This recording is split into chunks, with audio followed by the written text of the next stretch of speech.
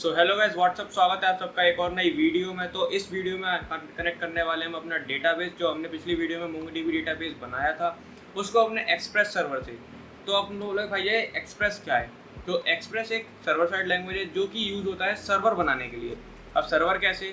समझ लो तुम्हारा एक कोड है जो कि तुम्हारे लोकल पीसी पे है और तुम्हारा एक डेटाबेस है जो कि है तुम्हारे क्लाउड पे। अब तुमको उस क्लाउड वाले डेटाबेस को अपने पीसी से कनेक्ट करने के लिए बीच में कुछ चाहिएगा जो कि एक है ना कनेक्शन के लिए काम करे। तो एक्सप्रेस एक कनेक्शन स्टेबलाइज करता है तुम्हारे सर्वर और तुम्हारे ना मेन जो कोड है उसके बीच में, जिससे तुम्हारा डेटाबेस गो थ्रू होता रहे। तो सबसे पहले वीडियो स्टार्ट करने से पहले मैं तुम्हें कुछ चीज़ें बताने चाहता हूँ जो कि तुम्हारे लिए बहुत ज़्यादा ज़रूरी हो सकती हैं। तो सबसे पहले तो तुम्हें है ना, मैं अपने पीसी स्क्रीन पे ले चलता हूँ। पीसी स्क्रीन पे आने के बाद सबसे पहले तुम्हें मेरे चैनल पे आना हो। मेरे चैनल पे आने के बाद सबसे ऊपर जो तुम्हें प्लेलिस्ट दिख रही है उसमें व्यू प्लेलिस्ट कर लेना है। ये फुल स्टैक प्रोजेक्ट की प्लेलिस्ट है जिसमें सारी वीडियोस ऐड हो रही हैं। तो मैं सीधे सीधे जाके यहाँ पे अपने ना प्लेलिस्ट को सेव कर लेना है, इसे बुकमार्क कर लेना है, जिससे तुम्हें फ्यूचर में कोई दिक्कत नहीं आएगी। अगर तुम्हारी कोई वीडियो छूटती है तो तुम्हें सारी वीडियो इस प्लेलिस्ट के अंदर मिल जाएंगी। ओके, देन अब हमें आना है अपने VS कोड पे। सबसे पहले हमें काम करना है कि हमारा VS कोड हमारे पास हमारे लोकल पीसी में Node.js और VS कोड इंस्टॉल्ड हो। अगर तुम्हारे पीसी में Node.js और VS कोड इंस्टॉल्ड नहीं है तो मैं बताता हूँ कि कैसे करना है। तो सबसे पहले तुम्हें ब्राउजर पे चलेना है, यहाँ पे लिख देना है Node.js। जैसे तुम Node.js टाइप करोगे तुम्हारी सबसे ऊपर वाली Node.js की जो लिंक आएगी उस पर क्लिक कर लेना है। उस पर क्लिक करने के बाद में यहाँ पे आएगा ये अपना Node.js का है ना ऑफिशियल वेब पेज खुल जाएगा। अब यहाँ पे डाउनलोड Node.js LTS लिखा हुआ है, इस पर क्लिक कर देना तो तुम्हारा डायरेक्ट डाउनलोडिंग शुरू हो जाएगा। जिस हिसाब से तुम्हारा पीसी है, क्या कॉन्फ़िगरेशन है, वो सब अपने हिसाब से सेट करके डाउनलोड करना स्टार्ट कर देगा। देन सेकंड थिंग, यहाँ पे VS कोड, एक VS कोड एक ऐसा आईडी है जिसमें सारी लैंग्वेजेस सपोर्टेड है। तो मैं इस प्रोजेक्ट में यूज़ करने वाला हूँ VS कोड का। अगर तुम्हारे लैपटॉप में VS कोड इंस्टॉल नहीं तो तुम VS कोड यहाँ पे सीधे सीधे टाइप कर सकते हो। VS कोड टाइप करने के बाद में सबसे ऊपर की पहली लिंक आएगी, उस पर जाना है। इस पर तुम्हारे पास VS कोड का ऑफिशियल वेब पेज खुल जाएगा। यहाँ पे डाउनलोड फॉर विंडोज़ है तो डाउनलोड फॉर विंडोज़ कर लेना। तुम्हारा मैक है या लिनक्स है तो यहाँ पे डाउनलोड फॉर मैक या लिनक्स आ जाएगा। अगर नहीं आए तो इस साइड में नैप बार पर डाउनलोड का बटन आ रहा है, इस पर क्लिक कर देना। इसमें तुम मैक के लिए, लिनक्स के लिए या विंडोज़ के लिए कर सकते हो। ईजी पीजी है, जैसे गेम इंस्टॉल करते हैं वैसे ही इसको भी इंस्टॉल कर लेना। सिंपल सी थिंग है। देन हमें फिर जाना अपने VS कोड में। हमने पूरा VS कोड हमने इंस्टॉल कर लिया है हर तरीके से। तो अब हमें इंस्टॉल करने हैं 2 एक्सटेंशन जो कि हमारे इस डेवलपमेंट जर्नी में बहुत ज़्यादा काम आने वाले हैं। वो 2 एक्सटेंशन कौन से हैं मैं बताता हूँ। वो 2 एक्सटेंशन हैं, एक मोंगोडीबी एक्सटेंशन, एक थंडर क्लाइंट एक्सटेंशन। तुम मत सोचो अभी मोंगोडीबी एक्सटेंशन और थंडर क्लाइंट एक्सटेंशन क्या करेगा, तुम तो बस सीधे जाओ और डाउनलोड कर लो। डाउनलोड कैसे करना है? डाउनलोड करना है एक्सटेंशन टैब में आके यहाँ पे टाइप कर देना मोंगोडीबी। मोंगोडीबी टाइप करने के बाद में सबसे ऊपर यहाँ पर मोंगोडीबी का एक एक्सटेंशन आ जाएगा। मैं बताता हूँ तुम्हें कौन सा वाला, ये वाला मोंगोडीबी फॉर VS कोड वाला एक्सटेंशन आ जाएगा। इसको तुम्हें सिंपली से डाउनलोड कर लेना है। देन तुम्हें यहाँ पे आना है, फिर लिखना है थंडर क्लाइंट और थंडर सर्च बार में नहीं, एक्सटेंशन में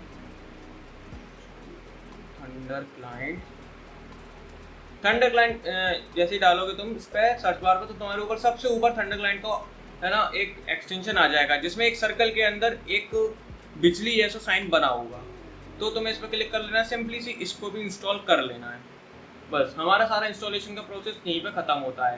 तो हमें अब करना क्या है? तो मैंने पिछली वीडियो में तुम्हारा जो डेटाबेस बनवाया था उसमें क्या करना है, उसकी मैंने तुमने से कहा था कि उसकी कनेक्शन स्ट्रिंग संभाल के रख लेना क्योंकि वो बहुत ज़्यादा यूज़ में आने वाली है। तो हम उसी स्ट्रिंग को उठाने वाले हैं अपने इंस्टेंस से अपने सर्वर से कनेक्ट करने के लिए।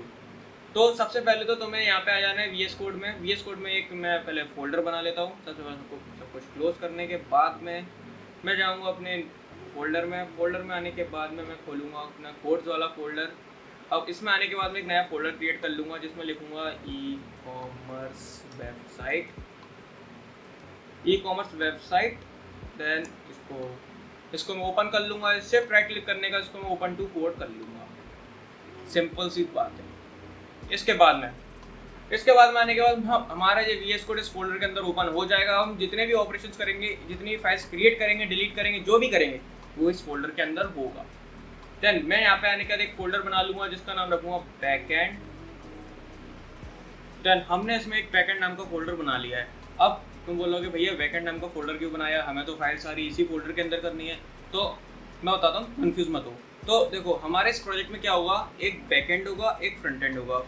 फ्रंट एंड बैकएंड से कॉन्टैक्ट करेगा, बैकएंड सर्वर से कॉन्टैक्ट करेगा, तब जाके सारे हमारे ऑपरेशंस परफॉर्म होंगे। तो मैंने बैकएंड का अलग फोल्डर इसीलिए बनाया, अगर तुम फ्यूचर में अपना ये प्रोजेक्ट कहीं डिप्लॉय करते हो तो बैकएंड वाला फोल्डर अलग रेपोजिटरी में डालना, और जो हमारा फ्रंट एंड वाला फोल्डर है वो अलग रेपोजिटरी में डालना। रेपोजिटरी कौन सी रेपोजिटरी, गिटहब की रेपोजिटरी। तो देखो गिटहब की रेपोजिटरी, तुम्हें गिटहब चलाना नहीं आता तो मैंने नीचे डिस्क्रिप्शन में गिटहब का ट्यूटोरियल पिन कर दूंगा कि कैसे गिटहब यूज़ करना है, कैसे नहीं करना। और अगर चैनल पे नया गिटहब का ट्यूटोरियल चाहते हो तो कमेंट डाउन कर देना, मैं गिटहब का ट्यूटोरियल पूरा बना दूंगा। ठीक है, तो गिटहब की बात नहीं करते, यहाँ पे हम अपना सर्वर कनेक्ट करने आए हैं। तो सबसे पहले हम बैकएंड वाले फोल्डर के अंदर चलते हैं अपने टर्मिनल की हेल्प से। तो स्क्रीन एडजस्ट करता हूँ। इसके बाद टर्मिनल में हमारा जो कमांड है, यहाँ पे ई कॉमर्स वेबसाइट लिखा आ रहा है, हमें इसमें क्या करना है, हमें बैकएंड वाले फोल्डर के अंदर जाना है। तो इसके अंदर हम क्या करेंगे, cd बैकएंड करेंगे। हम बैकएंड के अंदर आ चुके हैं। बैकएंड के अंदर आने के बाद में हमें क्या करना है, npm init करने से क्या होगा, देखो हमारा नोड है, हमारा नोड जेएस का हमने जो इन्वायरमेंट सेटअप करा था, उस नोड जेएस के इन्वायरमेंट को सेटअप करने के बाद में हमने है ना npm का तो नोड पैकेज मैनेजर होता है, उससे हम क्या करते हैं, उससे है ना हम जितने भी npm के मॉड्यूल्स होते हैं वो इंस्टॉल करते हैं। मैं प्रीवियस वीडियोस में बता चुका हूँ। तो क्या है ना, जैसे हम npm init करेंगे तो उसका एक package.json नाम की फाइल बना देगा जी। package.json नाम की फाइल बनाने के बाद में क्या होगा, package.json नाम की फाइल बनाने के बाद जितने भी हम अपने इसमें पैकेजेस इंस्टॉल करेंगे तो ये सारे पैकेजेस हमारे उसमें है ना package.json फाइल में दिखने लगेंगे, रिफ्लेक्ट होने लगेंगे। फिर भी हम जब भी है ना, जैसे समझ लो हमने अपना एक प्रोजेक्ट गिटहब पे अपलोड कर दिया, बाद हमने फ्यूचर इसको है ना फ्यूचर अपडेट्स के लिए इसको डाउनलोड करके दोबारा से हमने इसमें चेंजेस करे, तो हम npm i लिखेंगे, इसके जितने भी पैकेज जेसन में जितनी भी है ना पैकेजेस में लिस्ट होंगे, सारे पैकेजेस डाउनलोड हो जाएंगे। सिंपल से बात। देन हम पैकेज.json में आ गए हैं। पैकेज.json फाइल का स्ट्रक्चर कुछ ऐसा दिखता है, मैं दिखा देता हूँ। इसका स्ट्रक्चर कुछ ऐसा दिखता है। बाकी अब हमें पैकेजेस कौन कौन से लगेंगे अपने बैकएंड को सर्वर से कनेक्ट करने के लिए, तो उसके लिए लगेगा हमें मोंगूज और एक्सप्रेस। यहाँ पर हम लिखेंगे npm i mongoose then express, और यहाँ पे हम एंटर मारेंगे। यहाँ पे इंस्टॉलेशन शुरू हो जाएगी, थोड़ा सा टाइम लेगा इंस्टॉलेशन। तो इंस्टॉलेशन होने के बाद मिलता हूँ तुमसे।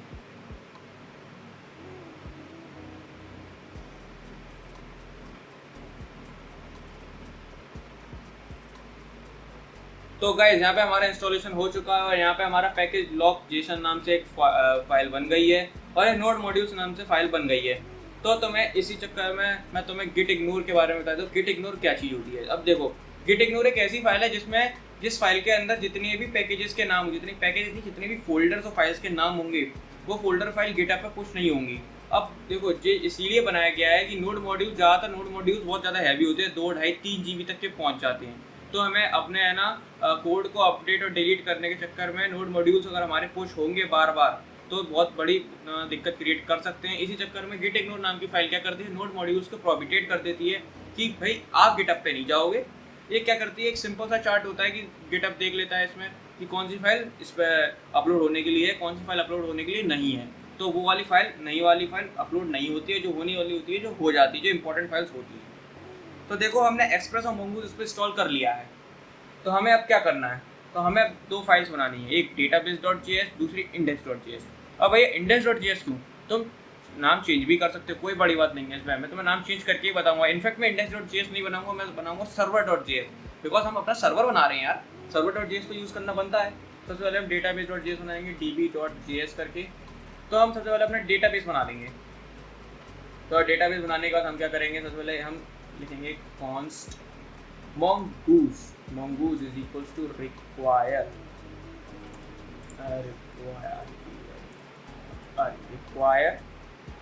mongoose। तो मैं mongoose लिख लेता हूँ, require mongoose। हमने mongoose यहाँ पे ना इंपोर्ट कर लिया है। ये एक है ना जावास्क्रिप्ट फंक्शन है, const करके हम अपने mongoose को रिक्वायर हमने जो पैकेज हमने इंस्टॉल करा है उसको रिक्वायर कर रहे हैं इस फाइल के अंदर। मतलब एक तरह से हम इस पैकेज को इंपोर्ट कर रहे हैं इस फाइल के अंदर कि आओ भाई हमारा काम करो। तो हमने इस पैकेज को इंस्टॉल कर लिया है। अब इस पैकेज से हमें काम करवाना है। सबसे पहले हम एक वेरिएबल बना देते हैं const url करके, const url is equals to, अब देखो हमने कौन सा url बनाया था, तो देखो तुम लोगों का यूआरएल अलग अलग होगा। मैंने तुमसे बोला था यूआरएल पेस्ट कर लेना, कॉपी कर लेना, तो मैंने तो पेस्ट करके रखा था नोटपैड में। तो मैं नोटपैड ओपन करूँगा, जैसे नोटपैड ओपन करूँगा देखो ये मेरा यूआरएल रखा हुआ है। आई होप तुम लोगों ने भी यूआरएल रखा हो। अगर तुमने यूआरएल नहीं रखा तो तुम्हें बताऊंगा कैसे गेट करना है यूआरएल। पहले इस प्रोसेस को करते हैं, उसके बाद मैं बताऊंगा तुम्हें यूआरएल कैसे गेट करना है। तो मैं इस पर यूआरएल अपना पेस्ट कर लूँगा। अब यूआरएल पेस्ट करने के बाद में हमें क्या करना है, तो देखो हम एक फंक्शन बनाएंगे। हम एक फंक्शन लिखते हैं, फंक्शन बनाएंगे डेटाबेस से कनेक्ट करने के लिए लिखेंगे connect to database, connect to database. Okay, connect to database नाम से एक फंक्शन बनाने के बाद में हम क्या करेंगे, इस फंक्शन को ओपन करेंगे। इस फंक्शन को ओपन करने के बाद हमारा जो मंगूज है, मंगूज में हमें एक इनबिल्ट फंक्शन मिलता है मंगूज डॉट कनेक्ट करके। और मंगूज डॉट कनेक्ट क्या करेगा, मंगूज डॉट कनेक्ट इस यूआरएल को भेजेगा सर्वर पे, और सर्वर से बोलेगा भैया ये हमारी रिक्वेस्ट है, हमारी कनेक्शन स्ट्रिंग है, इसको तुम आओ उससे कनेक्ट करो। तो हम करेंगे mongoose dot connect. Mongoose dot connect करने का क्या मांगता है, एक यूआरएल मांगता है। तो यूआरएल कौन सा, जो यूआरएल हमने ऊपर टाइप कर रखा है यूआरएल, वो यूआरएल। अब हमने इसे यूआरएल दे दिया। अब इसको यूआरएल देने के बाद में ये क्या देगा, हमें रिटर्न करेगा, कनेक्ट हो जाएगा तो हमसे बोलेगा कि भाई हमने देखो कनेक्ट कर दिया है, हमने कंसोल पर प्रिंट करा दिया है। और नहीं तो क्या बोलेगा, कोई दिक्कत है, कोई एरर आ रही है। तो हम यहाँ भी यूज़ करेंगे डॉट देन डॉट कैच का। तो हम कहेंगे डॉट देन के बाद कहेंगे डॉट देन एक कॉलबैक फंक्शन है जो कि एक हमें कॉलबैक रिटर्न करेगा। यहाँ पे हम लिख देंगे console dot log database connected successfully. अगर नहीं होता तो क्या करेंगे, तो हम करेंगे डॉट कैच का यूज़। अब देखो डॉट देन डॉट कैच का यूज़ तो एक वो है जैसे इफ एल्स का यूज़ होता है, वैसे ही डॉट देन डॉट कैच का यूज़ होता है। सिंपल सी बात। हमें क्या करना है, यहाँ पे हमें लिखना है कंसोल डॉट लॉग ई क्या है, ई एक वेरिएबल है जिसमें सारी एरर आके स्टोर होती हैं। ई की जगह हम एरर भी ले सकते थे, ई की जगह हम एना भी ले सकते थे, कुछ भी ले सकते थे, एज योर विश, जो तुम्हें लेना है वो लो। अब देखो हमने जो फंक्शन वाला लिया, उस फंक्शन को हमें एक्सपोर्ट करना पड़ेगा, तब जाके हम अपनी सर्वर डॉट जेएस वाली फाइल में इसको कॉल करेंगे, एक्सप्रेस वाली फाइल जो कि हमारा सर्वर बनेगा उस वाली फाइल के अंदर। तो हम इसको एक्सपोर्ट कर लेते हैं, module dot export is equals to connect to database. Okay, ये db.js वाली फाइल का हमारा काम हो चुका है। और हमें बनाना है एक और फाइल जिसका नाम रखेंगे हम server.js। server.js, सर्वर का मैं एस छोटा रखूँगा। ओके, असल में ये बैकेंड से बाहर होगी, इसको बैकेंड के अंदर डालना पड़ेगा। ओके, अब ये बैकेंड के अंदर आ गई है। तो देखो अब हमें क्या करना है, जैसे हमने पिछली वाली फाइल में करा था, db.js को इम्पोर्ट करा था, वैसे ही हमें इस वाली फाइल के अंदर भी करना है। हमें क्या करना है, const express is equals to require क्या रिक्वायर करना है, एक्सप्रेस रिक्वायर करना है। जी हमने पैकेज इंस्टॉल करा था, ठीक है। अब इसको करने के बाद में हमें और क्या रिक्वायर करना है, हमें करना है const connect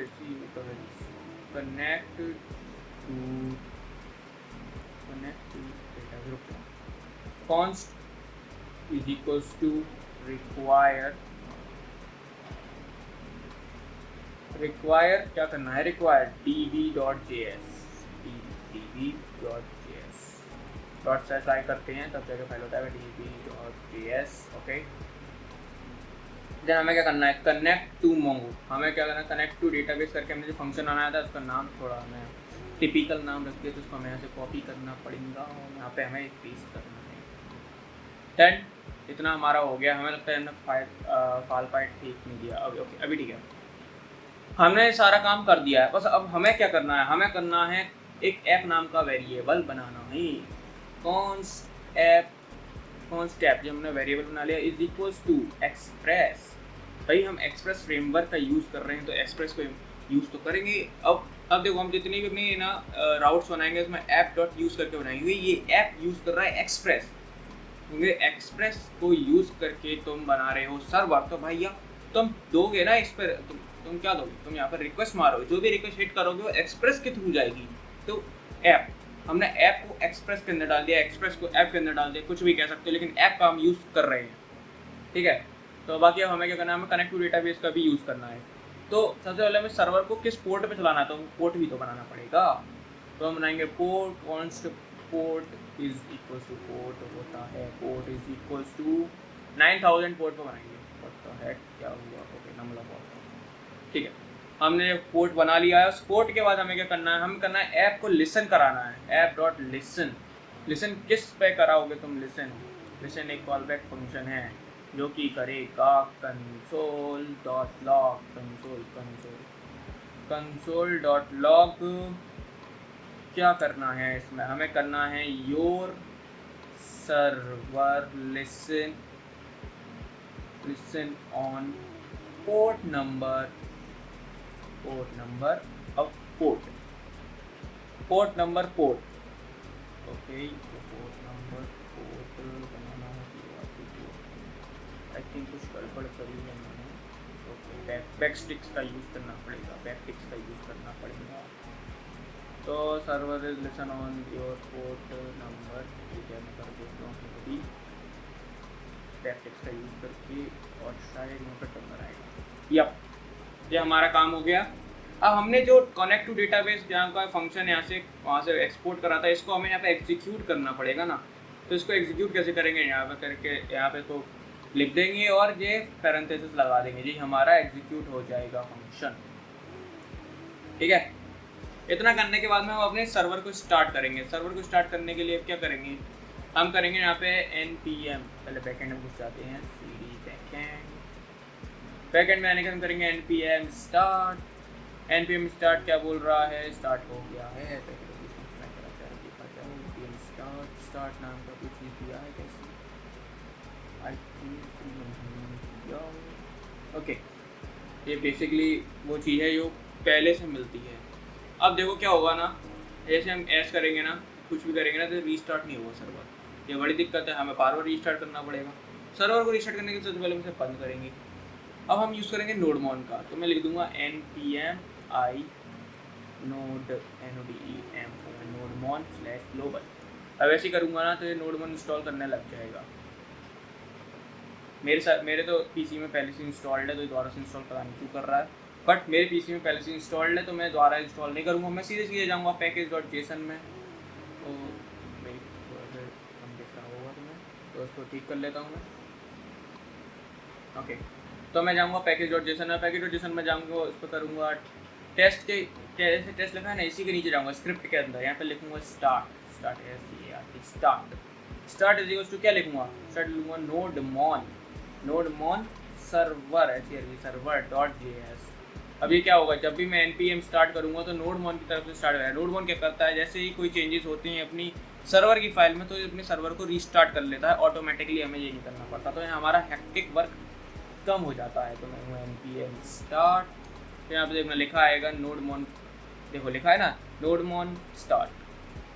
देन थोड़ा टाइम लेगा हमारे सर्वर से कनेक्ट, हमारे डेटाबेस से कनेक्ट होने के लिए। तब तक मैं तो बता देता हूँ जो हमने MongoDB का जो एक्सटेंशन लिया था, एक्सटेंशन डाउनलोड करा था, किस लिए करा था। अब देखो क्या होगा ना, अब जितने भी है ना, जैसे जितने भी डेटा है ना अपलोड करेंगे या फैच करेंगे, वो सारा हमें जाना पड़ेगा। हमें क्या करना पड़ेगा? बहुत हेक्टिक प्रोसेस होता है। जाओ, जाने के बाद MongoDB के ऊपर क्लिक करो, MongoDB टाइप करो, MongoDB टाइप करने के बाद MongoDB आप सर्वर पर वेबसाइट पर पहुँचोगे, फिर आप वहाँ लॉगिन करोगे। लॉगिन करने के बाद में आपको अपना सर्वर डेटाबेस सेलेक्ट करना पड़ेगा। डेटाबेस सेलेक्ट करने के बाद में आपको ब्राउज कलेक्शन है उस पर जाना पड़ेगा, तब जाके आपको दिखेगा। बहुत हेक्टिक प्रोसेस होता है। तो हमें क्या करना है? इसकी जगह हमें करना है, यहाँ पे आएंगे, हम यहाँ पे क्लिक करेंगे, प्लस वाला आइकन है ना यहाँ पे। देखो सबसे पहले तुम्हारा ये डेटाबेस नहीं होगा, ये मेरा पुराना प्रोजेक्ट है उसका डेटाबेस है ये, तो ये तो तुम्हारे में होगा नहीं। तुम्हारे में सिंपल सा मिलेगा जी, प्लस का ऑप्शन यहाँ पे लिखा होगा ऐड अ डेटाबेस। तो यहाँ पे ऐड पे क्लिक करूँगा। अब ये ऐड पे क्लिक करने से ही, ऐड पे क्लिक करते से ही यहाँ पे मांगेगा, यहाँ पे दो चीज़ें मांगेगा। बोलेगा कनेक्ट विद कनेक्शन स्ट्रिंग या फिर advance connection settings. Connection string, मैंने बोला कनेक्शन स्ट्रिंग बहुत ज़्यादा मैटर करती है, तो कनेक्शन स्ट्रिंग पे ना, जैसे कनेक्शन स्ट्रिंग पहले पे कनेक्ट करेंगे। कनेक्ट करने के बाद में ये बोलेगा enter your connection string. Connection string क्या थी हमारी? ये थी, कनेक्ट टू डेटाबेस नहीं थी बाबा, ये थी हमारी MongoDB strv, ये वाली। हम तो जैसे ही एंटर करेंगे तो ये कनेक्टिंग लिखा आ गया। अभी कनेक्टिंग लिखा आ गया तो ये कनेक्ट करना स्टार्ट कर देगा। इसी इंस्टेंट पे हमारा ये बन गया होगा। देखो ये कनेक्ट कर रहा है ना, हमारा दूसरा डेटाबेस जो कि बन चुका है, ये कनेक्ट कर रहा है इससे। तो हम इसको क्लोज कर देंगे, ये कनेक्ट कर रहा होगा। अभी देखना क्या होगा, जैसे कि यहाँ पे इसने एरर दे दिया, यहाँ पे क्या एरर दे दिया है इसको देखा जाए, पहले से क्लोज करो। ये एरर दे दिया है कि क्या बोल रहा है, topology description replicate set no primary server map stable heartbeat local threshold इतना set name at line SQL shared max logical session time out minutes null common minute version. क्या बोल कर रहा है, Mongoose server selection could not connect to an e-server in your MongoDB Atlas cluster. One common reason is that you are trying to access the database from an IP that is not whitelisted. Okay, तो ये बोल रहा है कि आपके जो database है उसमें जो आपका IP है वो रजिस्टर्ड नहीं है, तो आपको IP रजिस्टर करना पड़ेगा। तो देखो नेटवर्क एक्सेस की तरफ से जाएंगे, नेटवर्क एक्सेस की तरफ जाने का यहाँ पे ऐड एन IP का ऑप्शन आ रहा होगा, तुम्हारा पहले से कोई IP डला हो सकता है, उन सबको डिलीट कर देना। मैं बता रहा हूँ यहाँ पे ऐड एन IP है, ऐड एन IP पे क्लिक करने के बाद में ये IP मांगेगा। अब तो तुम पे दो ऑप्शन है, add current IP address, add allow access from anywhere. अब तुम्हें देखो, तुम्हें ये कॉलेज प्रोजेक्ट है, तुम्हें कहीं से भी दिखाना है, अगर तुमको उनके PC पे चला के दिखाना है, ये बहुत ज़्यादा थोड़ा दिमाग ख़राब करने वाला काम होता है, बट हम फिर भी करेंगे बिकॉज हम लोग कोडर्स हैं, हमें डेवलपर्स, ठीक है। तो हमें यहाँ पे यूज़ करना है अलाउ एक्सेस फ्रॉम एनीवेयर। यहाँ पे 0.00/0 करके एक आ जाएगा, यहाँ पे कंफर्म कर देना है। अब यहाँ पे थोड़ा पेंडिंग बताएगा, थोड़ी देर से गोल गोल गोल गोल गोल घूमता रहेगा दिमाग खराब करने के लिए, तो उसको चलने दो।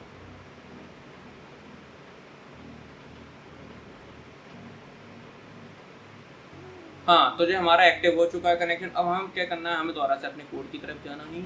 अब यहाँ पे हम Ctrl+S प्रेस करेंगे तो ये नोड अपने स्टार्ट कर देगा। नोड 1 के फायदे देखो, और यहाँ पे आगे डेटाबेस कनेक्टेड सक्सेसफुली, तो कि हमने अपने डेटाबेस कनेक्ट कर लिया है सक्सेसफुली। तो हम यहाँ पे भी चेक करेंगे, यहाँ पे कनेक्ट नहीं हुआ था, अभी देखते हैं, हम दोबारा से क्लिक करते हैं, दोबारा कनेक्ट बोल देगा, ये हो गया हमारा दोबारा से कनेक्ट। दैट्स वाई हमने अपना एक एरर सॉल्व कर लिया है, जो कि हमारे फुल स्टैक डेवलपमेंट जर्नी का पहला एरर, जो हमारे डेटाबेस में नेटवर्क एक्सेस का एरर आ रहा था, जो कि हमने सॉल्व कर लिया है। तालियां आते हैं इसी बात पे, तालियां हो जाएं। देन हमें क्या करना है, अब हमें कुछ नहीं करना है, हमारा डेटाबेस हमारे सर्वर से कनेक्ट हो गया है। अब हमें देखो, तो तुम्हें छोटी सी बात बताता हूँ, यहाँ पे हमें रिक्वेस्ट मारते हैं ना अपने सर्वर पे, तो हमारी रिक्वेस्ट 4 तरह की होती हैं। कौन कौन सी होती हैं भैया, बता देता हूँ। वो होती हैं गेट, एक तो रिक्वेस्ट होती है गेट, दूसरी होती है पोस्ट, तीसरी होती है पुट, चौथी होती है पैच।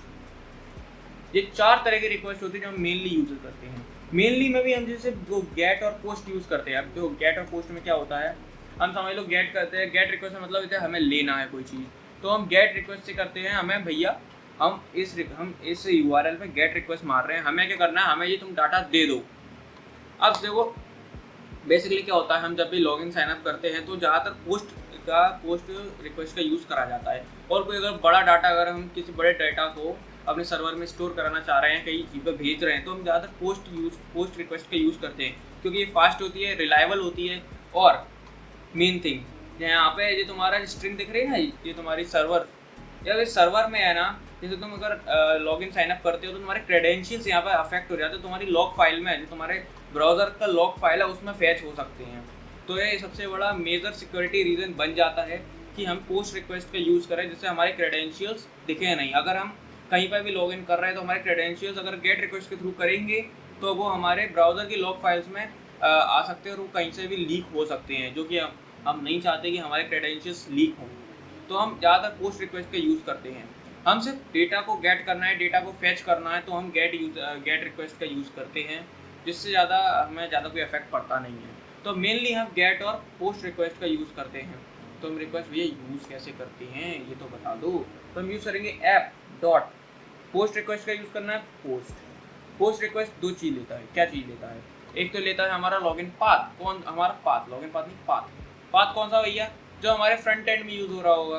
फ्रंट एंड में क्या यूज़ हो रहा होगा, फ्रंट एंड में हम ऐसे यूज़ करते थे, हम रिएक्ट का अगर हम अपना है ना फ्रंट एंड बनाएंगे, हम रिएक्ट से अपना फ्रंट एंड बनाएंगे, तो उसमें हम क्या करेंगे, हम करेंगे एग्जैक्ट पाथ करके, हम राउट्स डॉट एग्जैक्ट पाथ करके करेंगे, स्लैश का जो भी एंड पॉइंट हम बनाना चाहेंगे। बेसिकली एक एंड पॉइंट है, तो एंड पॉइंट हम क्या सुनेंगे, एंड पॉइंट में स्लैश एंड पॉइंट है। स्लैश एंड पॉइंट पे क्या देंगे, हम देंगे रिक्वेस्ट और रिस्पॉन्स। हम 2 चीज़ देते हैं, हम रिक्वेस्ट करते हैं, रिस्पॉन्स लेते हैं, रिक्वेस्ट और रिस्पॉन्स लेते हैं, जो कि कॉल बैक होता है। कॉल बैक लेने के बाद में यहाँ पे हम कुछ भी करा सकते हैं, यहाँ पे कंसोल कराते हैं, कंसोल, तो हम यहाँ पे कंसोल नहीं, हम यहाँ पे कर सकते हैं रेस डॉट सेंड सेंड क्या कर सकते हैं हम, रेस्ट डॉट सेंड कर सकते हैं hello this is my new end point, ठीक है, this is my new end point.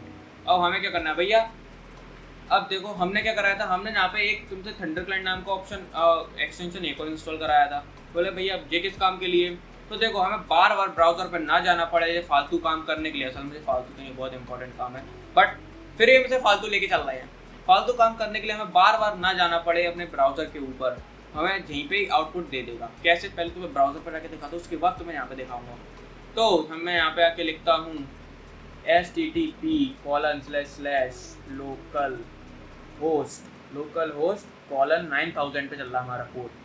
इस पे जाऊँगा तो सबसे पहले ये थोड़ा लोड होगा, लोड होने के बाद दिक्कत भी दे दिया भैया, इसमें दिक्कत भी दे दिया।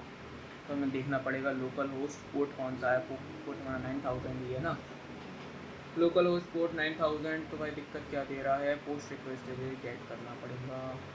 गेट करने के बाद में भाई हमारा सर्वर दिक्कत क्यों दे रहा है। A few moments later. So guys, हमने फाइनली बग फिक्स कर लिया कि क्यों नहीं चल रहा था वो। तो सिंपल सी बात है, यहाँ पे app.listen दो चीज़ें लेता है, एक कॉल बैक फंक्शन, दूसरा कॉल बैक फंक्शन के लिए पोर्ट। हमने जो ऊपर पोर्ट डिफाइन करा था, हमने वो पोर्ट हमको नीचे लगाना भी पड़ेगा। तो हमने app.listen को लिसन करवाया पोर्ट नंबर इतने पे, देन पोर्ट नंबर 9000 पे लिसन कराने के बाद में हमने इस पोर्ट को प्रिंट कर दिया, ठीक है। अब हमें क्या करना है, देखो अब मैंने जो बताया थंडर क्लाइंट है ना, जो थंडर क्लाइंट एक्सटेंशन मैंने तुम्हें क्यों यूज़ करवाया था, तो थंडर क्लाइंट एक्सटेंशन हमने इसलिए यूज़ करवाया था, जब भी मैं जैसे ही यहाँ पे रिक्वेस्ट मारूँ तो देखो यहाँ पे एरर दे दिया इसने फिर से, बिकॉज यहाँ पे पोर्ट नंबर है 9000 ना कि 8000। तो देखो इसने यहाँ पे दे दिया hello this is my new end point, that's why हमने क्रिएट कर लिया है अपना नया एंड पॉइंट। ओके, अब तुम्हें यही काम अपने ब्राउज़र में करना पड़ेगा। तो ब्राउज़र में करने के लिए कितना हेक्टिक लगेगा तो मैं ब्राउज़र में करके दिखा देता हूँ। तो हमें क्या करना पड़ेगा, सबसे पहले हमें अपनी स्क्रीन चेंज करनी पड़ेगी। स्क्रीन चेंज करने के बाद हमने यूज़ करना पड़ेगा https://localhost:9000। अभी देखो हमने इतना कर लिया, जैसे एंटर मारूंगा hello this is my new end point, हमने क्रिएट कर लिया अपना नया end point. But this testing method is so hectic, that's why we use Thunder Client extension. This gives inbuilt browser features and also you use Postman as per your need, requirement and fantasy. So हमने अपना thunder Client extension के through अपना port number वो अपना and point check कर लिया है, जो कि वर्क कर रहा है वेरी वेल। एंड इसी के साथ हम मिलते हैं अगली वीडियो में अपने नए एंड पॉइंट्स बनाते हुए, कि log in, sign up, customer details, add, card, फिश सब बनाएंगे back to back, line. Okay, तो चैनल पे नए हो तो सब्सक्राइब कर देना। इसी के साथ इसी जोश को बढ़ाते हुए हम अपनी इस वीडियो को करते जा रहे हैं एंड। और अगर तुम्हें वीडियो में थोड़ी सी भी अच्छी लगी हो तो वीडियो को लाइक कर देना, कोई सजेशन हो नीचे कमेंट कर देना, कोई अगर क्वेरी आ रही हो तो बेझिझक कमेंट कर देना, मैं उस कमेंट का पूरा आंसर करने की कोशिश करूँगा। Okay, that's why and this video, thanks for watching, bye bye, see ya, good day.